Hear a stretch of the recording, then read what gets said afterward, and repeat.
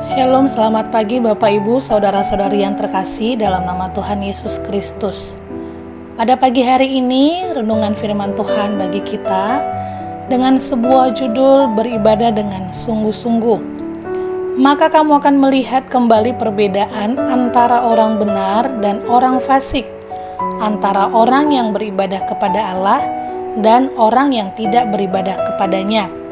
Maliaki 3 ayat 18. Sebagai orang Kristen, kita harus menetapkan diri menjadi anggota atau jemaat pada sebuah organisasi gereja dan juga terlibat pada berbagai jenis-jenis ibadah yang dilakukan di dalam gereja maupun di luar gereja. Sebuah ibadah biasanya terdiri dari pujian penyembahan pada Tuhan Yesus, adanya perenungan firman Tuhan melalui seorang pendeta atau pelayan Tuhan, dan menaikkan doa-doa syafaat atau permohonan pribadi pada Tuhan Yesus. Saat beribadah, kita juga bertemu dengan anggota atau jemaat lain di mana bisa saling bersaksi, saling mendoakan, saling menguatkan satu dengan yang lainnya. Dalam Maliaki 3 ayat 16-17, kita bisa melihat bagaimana orang yang takut akan Tuhan dan yang menghormatinya. 1. Menjadi milik kesayangan Tuhan, ayat 17. Setiap kita mungkin memiliki barang atau sesuatu yang sangat disayangi. Tentu saja kita berusaha merawat, menjaga, melindungi, dan memastikannya selalu dalam keadaan baik. Demikian juga halnya bangsa Israel di mata Tuhan. Keluaran 19 ayat 5. Mereka dipelihara, dilindungi, dan diberkati oleh Tuhan. Masa sekarang ini kitalah bangsa Israel itu, sebab kita keturunan Abraham.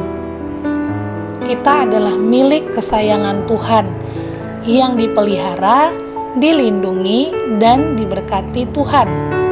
Maka sudah selayaknya kita takut atau tunduk dan menghormatinya, yang kita tunjukkan melalui ibadah yang kita lakukan dalam kehidupan sehari-hari kita. Yang kedua, Tuhan akan mengasihani, ayat 17. Hal penting yang perlu kita sadari ialah kita hidup hanya oleh kasih karunia Tuhan. Yohanes 3 ayat 16, karena begitu besar kasih Allah akan dunia ini, sehingga Ia telah mengaruniakan anaknya yang tunggal, supaya setiap orang yang percaya kepadanya tidak binasa, melainkan beroleh hidup yang kekal. Ini merupakan bukti kasih Tuhan bagi kita umatnya. Dicontohkan seorang ayah menyayangi anaknya, demikianlah Ia lebih jauh menyayangi kita. Sebagai orang yang dikasihinya, hendaklah kita dengan setia beribadah pada Tuhan, sebagai tanda bahwa kita sudah mengalami kasih-Nya dan orang lain bisa melihatnya sendiri.